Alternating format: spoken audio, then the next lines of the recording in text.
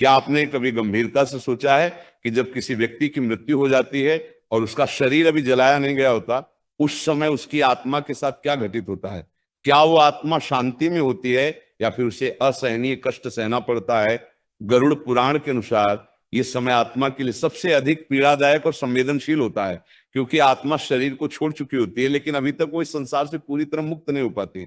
यही कारण है कि सनातन धर्म में मृत्यु के बाद किए जाने वाले हर एक कर्म को अत्यंत महत्वपूर्ण माना गया है।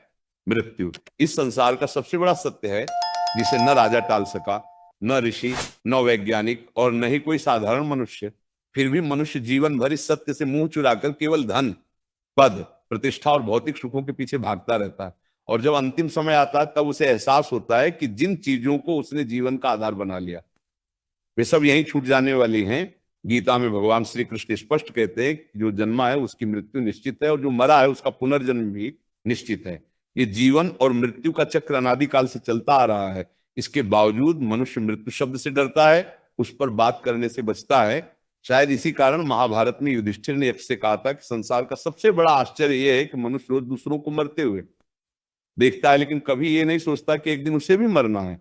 हिंदू धर्म में जब किसी व्यक्ति की मृत्यु होती है तो उसके शव का दाह संस्कार किया जाता है, लेकिन क्या आपने कभी सोचा है कि शव को अकेला क्यों नहीं छोड़ा जाता? मृतक को नए कपड़े क्यों पहनाए जाते हैं? अंतिम यात्रा में राम नाम सत्य है क्यों बोला जाता है? शव यात्रा में मखाने और सिक्के क्यों फेंके जाते हैं? अर्थी के आगे मटकी लेकर क्यों चला जाता है? दाह संस्कार के बाद पीछे मुड़कर देखने से क्यों मना किया जाता है? 3 दिन बाद ही अस्थियां क्यों चुनी जाती हैं? महिलाओं का शमशान जाना वर्जित क्यों माना गया? शिशुओं को जलाने के बजाय दफनाया क्यों जाता है? और मृत्यु के बाद घर में पूजा पाठ क्यों बंद कर दिया जाता है? ये सब केवल परंपराएं नहीं है, बल्कि इनके पीछे गहरा आध्यात्मिक और वैज्ञानिक कारण छुपा है। गरुड़ पुराण में बताया गया है कि मृत्यु के बाद आत्मा लगभग 13 दिनों तक अपने घर और अपने शरीर के आसपास ही भटकती रहती है, क्योंकि उसका मोह पूरी तरह समाप्त नहीं होता। वो अपने परिजनों को रोते हुए देखती है, अपनी वस्तुओं को देखती है, और यही दृश्य उसे सबसे अधिक पीड़ा देते हैं। इसलिए शव को अकेला नहीं छोड़ा जाता, क्योंकि वो शरीर अब केवल शरीर नहीं रहता बल्कि आत्मा का अंतिम आश्रय बन जाता है। गरुड़ पुराण में कहा गया है कि मृत शरीर पूजनीय होता है और यदि उसे कीड़े, चींटियां या जानवर नुकसान पहुंचाते हैं तो आत्मा को यमलोक के मार्ग में भी वैसे ही कष्ट झेलने पड़ते हैं। इसी कारण परिवार का कोई न कोई सदस्य शव के पास रहता है। रात में शव को अकेला छोड़ना इसलिए भी वर्जित है क्योंकि तामसिक शक्तियां अधिक सक्रिय होती हैं और निर्जीव शरीर पर उनका प्रभाव पड़ सकता है। वैज्ञानिक दृष्टि से देखें तो मृत्यु के तुरंत बाद शरीर में विघटन शुरू हो जाता है, दुर्गंध फैलने लगती है, संक्रमण का खतरा होता है। इसलिए दीपक, धूप और अगरबत्ती जलाकर वातावरण को शुद्ध रखा जाता है। यही कारण है कि जानकार लोग शव की पूरी रात देखभाल करते हैं। गरुड़ पुराण में यह भी बताया गया है कि सूर्यास्त के बाद दाह संस्कार नहीं करना चाहिए, क्योंकि उस समय आत्मा को सदगति नहीं मिलती। इसलिए यदि मृत्यु रात में हो जाए तो शव को सुबह तक सुरक्षित रखा जाता है। पंचक काल में मृत्यु होने पर विशेष विधि इसलिए की जाती है ताकि आने वाले समय में परिवार पर विपत्ति न आए। पुत्र द्वारा मुखाग्नि देने का महत्व इसलिए है क्योंकि पुत्र पितृ ऋण चुकाता है और उसकी अग्नि से आत्मा को मुक्ति का मार्ग मिलता है। अब प्रश्न उठता है कि मृतक को नए कपड़े क्यों पहनाए जाते हैं? गरुड़ पुराण के अनुसार मृत्यु के बाद शरीर को गंगा जल से स्नान कराना इसलिए आवश्यक है ताकि शरीर पर लगे रज और तम गुणों का आवरण हट सके और आत्मा का मोह कम हो। मंत्र उच्चारण के साथ स्नान कराने से जल पवित्र हो जाता है और वातावरण भी शुद्ध होता है। इसके बाद मृतक को नए, स्वच्छ और सफेद वस्त्र पहनाए जाते हैं, क्योंकि सफेद रंग शांति, वैराग्य और मोक्ष का प्रतीक है। नए वस्त्र ये संकेत देते हैं कि आत्मा एक नई यात्रा पर जा रही है। पुराने वस्त्र आत्मा को संसार से जोड़ते हैं, इसलिए उन्हें त्याग देना आवश्यक है। यही कारण है कि मृत व्यक्ति के कपड़े कभी पहनने नहीं चाहिए, क्योंकि ऐसा करने से आत्मा का मोह बढ़ता है और जीवित व्यक्ति भी मानसिक रूप से कमजोर हो जाता है। गरुड़ पुराण में स्पष्ट कहा गया है कि मृतक की वस्तुएं दान कर देनी चाहिए ताकि आत्मा निर्लिप्त हो सके। अब जब शव को अंतिम यात्रा पर ले जाया जाता है तो रास्ते भर राम नाम सत्य है कहा जाता है। इसका अर्थ मृतक को सुनाना नहीं बल्कि जीवित लोगों को यह स्मरण कराना होता है कि संसार में केवल ईश्वर का नाम ही सत्य है, बाकी सब नश्वर है। भगवान शिव स्वयं कहते हैं कि राम नाम विष्णु सहस्त्र नाम के समान है। राम शब्द का अर्थ है भीतर का प्रकाश। यही कारण है कि राम नाम का जप आत्मा को शांति देता है और जीवितों के दुख को भी कम करता है। वाल्मीकि जैसे डाकू का जीवन राम नाम से बदल गया, इसलिए अंतिम यात्रा में राम नाम लिया जाता है ताकि आत्मा का मार्ग आसान हो और परिजनों को वैराग्य प्राप्त हो। शव यात्रा में मखाने फेंकने का अर्थ यह समझाना है कि जैसे मखाना बाहर से फूला होता है लेकिन दबते ही टूट जाता है, वैसे ही मनुष्य का अहंकार मृत्यु के सामने चूर हो जाता है। सिक्के फेंक कर ये बताया जाता है कि जिस धन के पीछे जीवन भर भागा गया वो मृत्यु के बाद किसी काम का नहीं। अर्थी के आगे मटकी लेकर चलना जीवन की क्षण भंगुरता का प्रतीक है। मटकी में छेद से गिरता पानी ये दर्शाता है कि आयु हर पल घट रही है। शमशान पहुंचकर मटकी तोड़ देना यह संकेत है कि अब जीवन रूपी घड़ा खाली हो चुका है। मुखाग्नि से पहले पानी गिराने का वैज्ञानिक कारण यह भी है कि आग फैल न सके। कपाल क्रिया इसलिए की जाती है ताकि शरीर पूरी तरह पंचतत्व में विलीन हो जाए और ब्रह्मरंध्र खुलने से आत्मा को ऊर्ध्व गति मिले। दाह संस्कार के बाद पीछे मुड़कर न देखने का कारण यह है कि आत्मा का मोह टूट सके। यदि परिजन पीछे देखते हैं तो आत्मा को लगता है कि अभी संबंध बाकी है और वो भटक सकती है। इसलिए बिना देखे आगे बढ़ना आत्मा को मुक्ति का संकेत देता है। 3 दिन बाद अस्थियां इसलिए चुनी जाती हैं क्योंकि उस समय तक पंच तत्वों का संतुलन बन जाता है और अस्थियों में विशेष ऊर्जा रहती है। अस्थि विसर्जन गंगा में इसलिए किया जाता है क्योंकि गंगा मोक्षदायिनी मानी गई है और वैज्ञानिक रूप से भी उसके जल में जीवाणुनाशक गुण होते हैं। 13 दिन तक घर में पूजा बंद रखने का कारण शोक और मानसिक स्थिति को संतुलित करना है। इस अवधि में गरुड़ पुराण का पाठ आत्मा को मार्गदर्शन देता है। इन सभी विधियों का उद्देश्य आत्मा को कष्ट देना नहीं बल्कि उसे शांति और मुक्ति प्रदान करना है। जो व्यक्ति इन रहस्यों को समझ लेता है वो जीवन में भी आसक्ति कम कर लेता है और मृत्यु से भयमुक्त हो जाता है। यही सनातन धर्म का सबसे गहरा और सुंदर सत्य है।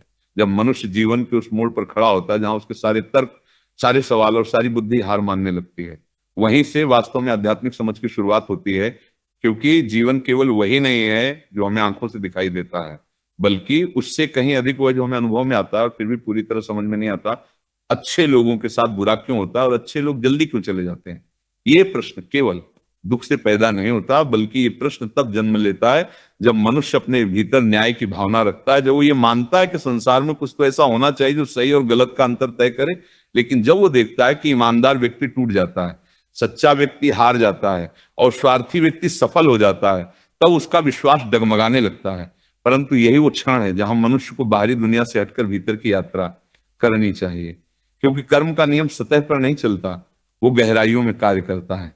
ठीक वैसे ही जैसे समुद्र की ऊपरी लहरें शोर करती हैं लेकिन नीचे गहराई में एक गहरा मौन होता है। अच्छे लोगों की आत्मा सामान्य आत्मा नहीं होती, वे केवल शरीर नहीं होते बल्कि वे चेतना के उस स्तर पर होते हैं जहां वे अपने दुख को भी अर्थ दे सकते हैं। इसलिए ईश्वर उन्हें साधारण जीवन नहीं देता क्योंकि साधारण जीवन उन्हें बांध सकता, जबकि कठिन जीवन उन्हें मुक्त कर सकता है। शास्त्रों में कहा गया है कि जिस आत्मा ने कई जन्मों तक सेवा, त्याग और सत्य का मार्ग अपनाया हो वो अंतिम जन्मों में बहुत तीव्र परीक्षाओं से गुजरती है। क्योंकि अब उसे लंबे चक्र में नहीं उलझाना होता बल्कि थोड़े समय में शुद्ध करके मुक्त करना होता है। इसीलिए कई बार ऐसा लगता है कि अच्छे लोगों के जीवन में दुखों की बाढ़ आ जाती है, एक के बाद एक आघात, बीमारी, अपमान, असफलता और अकेलापन। लेकिन ये सब दंड नहीं होता बल्कि एक तीव्र शोधन प्रक्रिया होती है। जैसे दूध को जल्दी दही बनाना हो तो उसमें खट्टापन एक साथ डाला जाता है, वैसे ही आत्मा के शेष संस्कारों को समाप्त करने के लिए दुख एक साथ आते हैं। और जो लोग बाहर से बहुत सुखी दिखाई देते हैं, जिनके पास धन, शक्ति और साधन है, वे वास्तव में अपने पुराने पुण्यों को खर्च कर रहे होते हैं लेकिन साथ ही नए पाप भी जोड़ते जाते हैं। इसलिए उनका हिसाब लंबा चलता है, उन्हें बार बार जन्म लेना पड़ता है, बार बार गिरना पड़ता है। जबकि अच्छे लोग कम जन्मों में ही अपनी यात्रा पूरी कर लेते हैं। इसीलिए शास्त्रों में कहा गया है कि सज्जन व्यक्ति संसार में अतिथि की तरह आता है, ठहरता है और चला जाता है। वो यहाँ घर नहीं बनाता क्योंकि उसका घर कहीं और होता है। अच्छे लोगों के साथ बुरा इसलिए भी होता है क्योंकि वे भीतर से अधिक संवेदनशील होते हैं। वे अन्याय को महसूस करते हैं, वे पीड़ा को समझते हैं और वे टूटकर भी किसी का बुरा नहीं चाहते। यही संवेदनशीलता उन्हें महान बनाती है लेकिन यही उन्हें अधिक कष्ट भी देती है। भगवान श्री कृष्ण ने गीता में कहा है कि जो मुझे प्रिय होता है मैं उसे संसार के मोह से मुक्त करता हूं और मोह टूटता है तो दर्द होता है। जैसे किसी फोड़े को काटकर साफ किया जाए तो पीड़ा होती है, लेकिन वही पीड़ा आरोग्य का मार्ग बनती है। अच्छे लोगों की आत्मा मृत्यु के समय इसलिए शांत होती है क्योंकि वे भीतर से तैयार होते हैं। उन्होंने जीवन को पकड़ कर नहीं रखा होता, उन्होंने बहुत पहले ही भीतर से छोड़ दिया होता है। जबकि बुरे लोग मृत्यु से डरते हैं क्योंकि उन्होंने जीवन को पकड़ कर रखा होता है। वे जानते हैं कि उनका हिसाब बाकी है। इसलिए अच्छे लोगों की मृत्यु हमें अन्याय लगती है लेकिन आत्मा के लिए वो विश्राम होती है, वो घर वापसी होती है। और अच्छे लोगों के जीवन का दुख हमें व्यर्थ लगता है लेकिन आत्मा के लिए वो अंतिम सीढ़ी होता है। ये संसार न्याय का मंच नहीं बल्कि कर्म का क्षेत्र है। यहाँ हर आत्मा अपना बोझ उतारने आती है, कोई हल्का कोई कोई भारी। और जब बोझ उतर जाता है तो आत्मा को यहाँ रुकने की आवश्यकता नहीं रहती। इसलिए जो ये समझ लेता है वो जीवन में शिकायत नहीं करता, वो हर दुख को स्वीकार करता है, हर सुख को अस्थाई मानता है और हर क्षण को साधना बना लेता है। यही समझ मनुष्य को भीतर से शांत करती है, और यही शांति अंत में मुक्ति का द्वार खोलती है। क्योंकि ईश्वर कभी अन्याय नहीं करते, वे केवल हमें हमारी समझ से कहीं अधिक गहरे स्तर पर तैयार करते हैं। और अच्छे लोगों के साथ होने वाला हर कष्ट उसी तैयारी का हिस्सा होता है। ऐसे ही रोज प्रवचन सुनने के लिए चैनल को सब्सक्राइब करें।